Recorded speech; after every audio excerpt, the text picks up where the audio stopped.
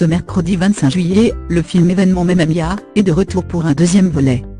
À l'occasion de la sortie du film, les célèbres membres du groupe ABBA ont annoncé leur grand comeback. En effet, ils ont annoncé leur retour au studio pour enregistrer de nouvelles chansons en vue d'une tournée pour 2019. Une tournée où les fans pourront voir leurs artistes préférés sous forme d'hologramme. Mais que sont-ils réellement devenus? Véritable businessman avec son acolyte Björn Ulvaeus, les deux hommes ont su faire fructifier le catalogue d'un des groupes les plus célèbres au monde. Souvenez-vous du tube de Madonna, Jim Jim Jim, la chanteuse est obligée de leur verser des royalties sur cette chanson. Ensemble, les deux chanteurs ont créé les comédies musicales Chess, 1984, et le célèbre Mamma Mia, 1999, qui a inspiré le film.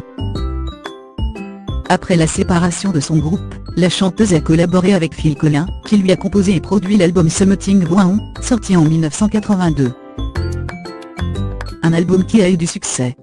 Beaucoup pensaient que Frida serait la grande star du groupe. Mais non, très rapidement, son deuxième album Shin, sorti en 1984, n'aura pas le succès escompté. Peu de temps après, Frida devient princesse et comtesse en épousant le prince Ruzuro Svampean. Mais, la chanteuse a connu d'autres drames, la mort de sa fille dans un accident de voiture en 1998, et la mort de son époux un an plus tard. Retirée de la scène musicale, elle s'est montrée ravie de ses retrouvailles avec les membres de son groupe.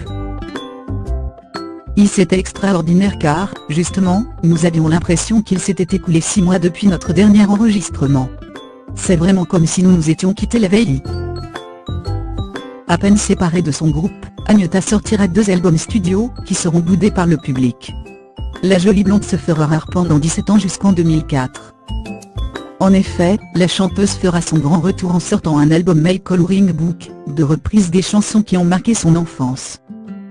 Continuant son bout de chemin dans la chanson, elle connaît une petite popularité uniquement dans son pays.